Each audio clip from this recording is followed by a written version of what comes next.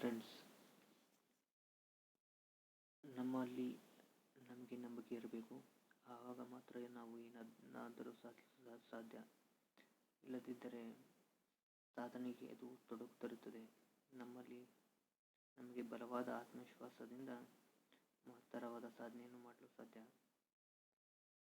ಎಂದು ಹೇಳ್ತಾ, ನಂತ ಈ ವೀಕ್ನ ಶೆಡ್ಯೂಲು ಯಾವ ರೀತಿ ಇದೆ ಅಂತ ಆಗಿದೆ ಅಂತ ಹೇಳ್ತೇನೆ. ಒಂದು ಈ ವೀಕಲ್ಲಿ ಟೋಟಲ್ ಸ್ಟಡಿ 7 hours ಆಗಿದೆ. 30 hours ಟೈಮ್ ವೇಸ್ಟೆಡ್ ಆಗಿದೆ. ಈ ವೀಕಲ್ಲಿ ಸ್ಟಡಿ ಅಷ್ಟು ಸರಿಯಾಗಿಲ್ಲ, ಅಷ್ಟೇನು ಕಂಪ್ಲೀಟಾಗಿ ಸರಿಯಾಗಿಲ್ಲ. ಬಿಕಾಸ್ ಈವ್ನಿಂಗ್ವರೆಗೆ ಕ್ಲಾಸಸ್ ಇತ್ತು. ಅದಾದ ನಂತರ ಟೈರ್ಡ್ ಆಗಿತ್ತು, ಸ್ವಲ್ಪ ರೆಸ್ಟು, ನಂತರ ಮೈಂಡ್ ಸ್ವಲ್ಪ ಡಿಸ್ಟರ್ಬ್ ಆಗಿತ್ತು. ಶೆಡ್ಯೂಲ್ ಕರೆಕ್ಟ್ ಆಗಿರಲಿಲ್ಲ, ಟೈಮು ಅಸಲಿಕ್ಕೆ ಏನು ಓದಬೇಕು ಏನಿಲ್ಲ ಅಂಥೇಳಿ ಕರೆಕ್ಟ್ ಫಾಲೋ ಅಪ್ ಆಗಿಲ್ಲ.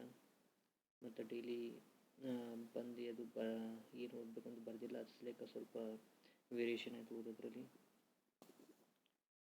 ಅದಾದ ನಂತರ ನೆಕ್ಸ್ಟ್ ವೀಕಿಂದ 45 hours ಟಾರ್ಗೆಟ್ ಇದೆ. ನಂದೆಷ್ಟು ಸ್ಟ್ಯಾಟಿಸ್ಟಿಕ್ ಆಗಿ ಟಾರ್ಗೆಟ್ ಸೆಟ್ ಮಾಡ್ಕೋಬೇಕು, ಎಷ್ಟಾಗುತ್ತೋ ಅಷ್ಟೇ ಟಾರ್ಗೆಟ್ ಸೆಟ್ ಮಾಡ್ಕೋಬೇಕು.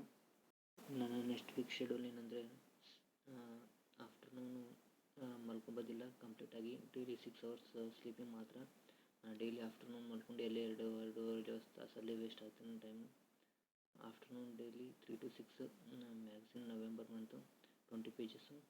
ಅದು ಈ ನವೆಂಬರ್ ಮ್ಯಾಗ್ಝಿನ್ ಈ ವೀಕಲ್ಲಿ ಕಂಪ್ಲೀಟ್ ಮಾಡ್ತೇನೆ. ಅದಾದ ನಂತರ 3 to 9 ಪಾಲಿಟಿ, ಡೈಲಿ 20 ಪೇಜಸ್ಸು, 1 ವೀಕಲ್ಲಿ 120 ಪೇಜಸ್ಸು. ಅದಾದ ನಂತರ science and technology, daily 20 pages complete ಮಾಡೋ ಟಾರ್ಗೆಟ್ ಇದೆ. 1 ವೀಕಲ್ಲಿ 120 ಪೇಜಸ್ಸು. ಮತ್ತು ಸಂಡೇ ಫುಲ್ ರಿವಿಷನ್ನು. ಇವು ಪಾಲಿಟಿ ಮತ್ತು ಸೈನ್ಸ್ ಟೆಕ್ನಾಲಜಿ 120 ಪೇಜಸ್ ಕಂಪ್ಲೀಟ್ ಮಾಡಿದ ರಿವಿಷನು, ಮತ್ತು ಮ್ಯಾಗ್ಝಿನ್ ರಿವಿಷನು, ಮತ್ತು ಕರೆಂಟ್ ಅಫೇರ್ಸ್ ಸ್ವಲ್ಪ ನೋಡ್ಕೊಂಡು ಫುಲ್ ಎಷ್ಟದೇ ಮುಗಿದೋ ಅಷ್ಟು ಒಂದು ಕಂಪ್ಲೀಟ್ ಒಂದು ವಾರದಲ್ಲಿ ಎಷ್ಟದ ರಿವಿಷನ್ ಮಾಡಬೇಕು.